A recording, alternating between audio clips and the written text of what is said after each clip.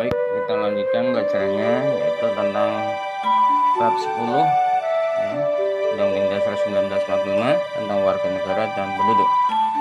Ya, yang mengatur tentang warga negara dan penduduk ya, tentang hak dan kewajiban warga negara ini diatur dalam Undang-Undang Dasar 1945, baik yang sebelum maupun setelah amandemen Undang-Undang Dasar 45 pasal 26 dan sampai pasal 34 Undang-Undang Dasar 45. Baik, bab 10 ya, tentang warga negara dan penduduk. Pasal 26 ayat 1.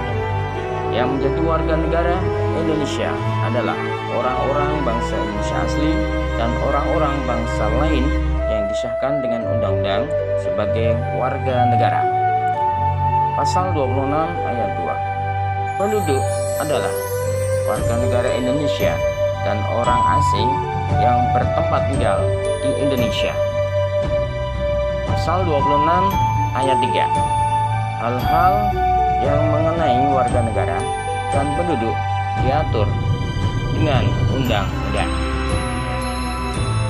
Berikutnya, hak dan kewajiban warga negara Indonesia dalam pasal 27 sampai 34 Undang-Undang Dasar 1945.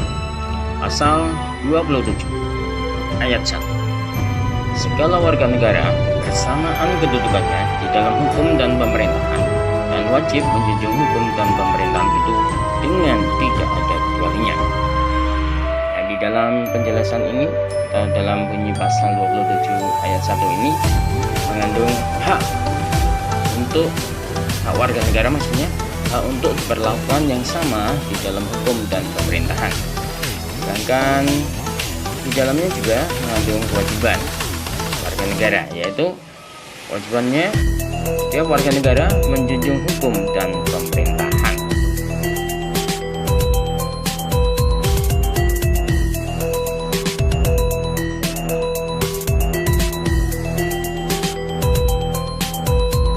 Baik, berikutnya pasal 27 ayat 2 yang berbunyi, tiap-tiap warga negara berhak atas pekerjaan dan penghidupan yang layak bagi kemanusiaan.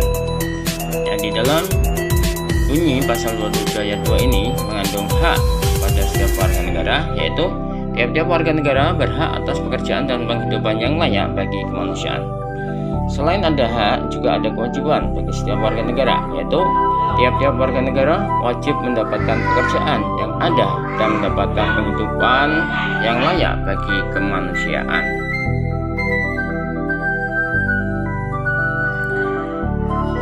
Baik, berikutnya pasal 27 ayat 3. Setiap warga negara berhak dan wajib ikut serta dalam upaya pembelaan negara. Di sini mengandung hak dan kewajiban. Haknya untuk setiap warga negara adalah bahwa setiap warga negara berhak ikut serta dalam upaya pembelaan negara. Dan kewajibannya adalah setiap warga negara wajib ikut serta dalam upaya pembelaan negara. Pasal 28. Kemerdekaan berserikat, berkumpul, mengeluarkan pikiran dengan lisan dan tulisan dan sebagainya ditetapkan dengan undang-undang.